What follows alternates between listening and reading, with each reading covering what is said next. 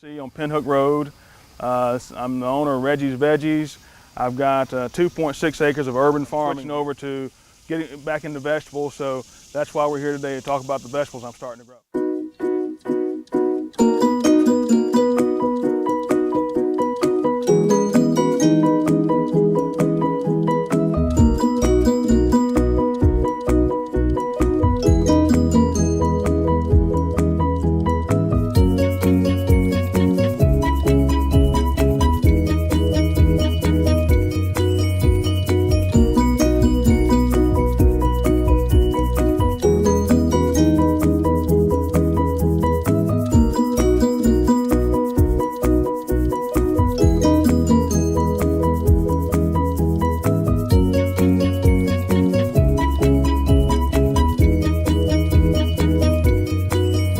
Vegetables. I wanted to do this for the community, bring healthy produce to my community.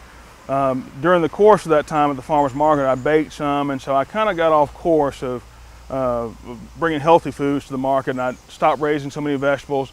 I've recently switched back to that. One of the things I did here is I did a little experiment with wooden mulch. I'm sitting on top of a lot of rocks, so you can't really dig in this soil. So I got wooden mulch down here. I've got vegetables planted in here. The tomatoes are nice and healthy. They've been fertilized. I don't use any herbicides or pesticides, and I don't have to water this. So the mulch has decomposed enough that it's holding moisture, and also the vegetables are wicking the water up from the rocks here.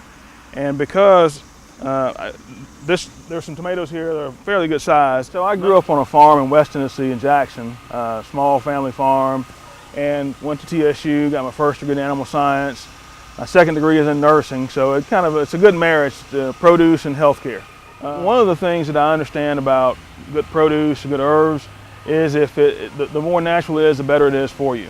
And I have a total of about 60 herbs I'll have at the market by the end of August. So again, that's a passion of mine. I love flavor, I love to cook, but I've got to cook healthier now.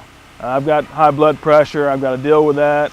I've lost a couple of cousins of diabetes and some other health issues. So, you know, it was time for me to rethink everything I was doing to make sure I make my community better.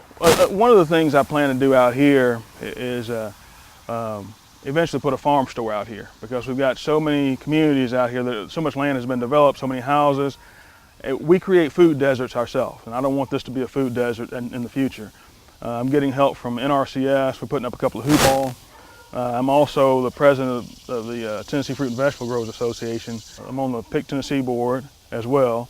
So with TAEP money, Tenant Enhancement money, through the Department of Ag, I'll get some help doing some things out here this fall too, like help putting up a little farm stand and helping to put gravel down for a road as well. So if you want to get started in something like this, there are a lot of resources to help. You got TSU, MTSU, Tennessee Tech, depending on where you live. If you're in Nashville, you got a really good resource in TSU. The challenges that you'll face is time is always short. I mean, you never have enough time. A lot of times, if you're not financing and you don't have expendable money, it's cash. You start off growing things in containers. And if you're growing in an area where it's not fenced in, or you have a privacy fence, you can have some deer problems. I've got deer bites on top of some of my tomatoes, so what I'll do is, today I'll come in and I'll stake everything and I'll flag the poles and flag the lines that I'll tie everything up to. Flagging helps deter deer some, so that's what I'm going to try first.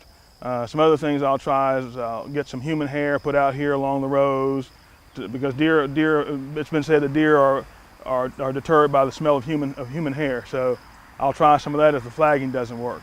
And then pests, thankfully haven't had a problem with pests. But a lot of times with tomatoes, you'll have hornworms, different types of aphids will come in and damage your tomatoes, but thankfully I have not had that problem. Like I said, one of the things that you want to do is if you're interested in doing something like this, it doesn't have to be on a large scale.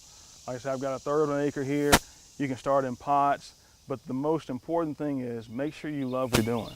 Don't just do it for money or any other reason, because if you do it just for money, then the passion is not going to last, because there are going to be some tough times when you don't have a clean crop of tomatoes. You're going to have disease. That just happens. You know, you might have 30 deer come through and eat up all your tomatoes. So if you don't have a passion for it, you'll quit. So you must have a love and a passion for what you're doing in order for it to work. And actually, that's what we need in our community. We need more people doing this. But in that way, we don't create we don't have food deserts developing in our community. And then you have to worry about people bringing food in to you. It can be grown right here where you live.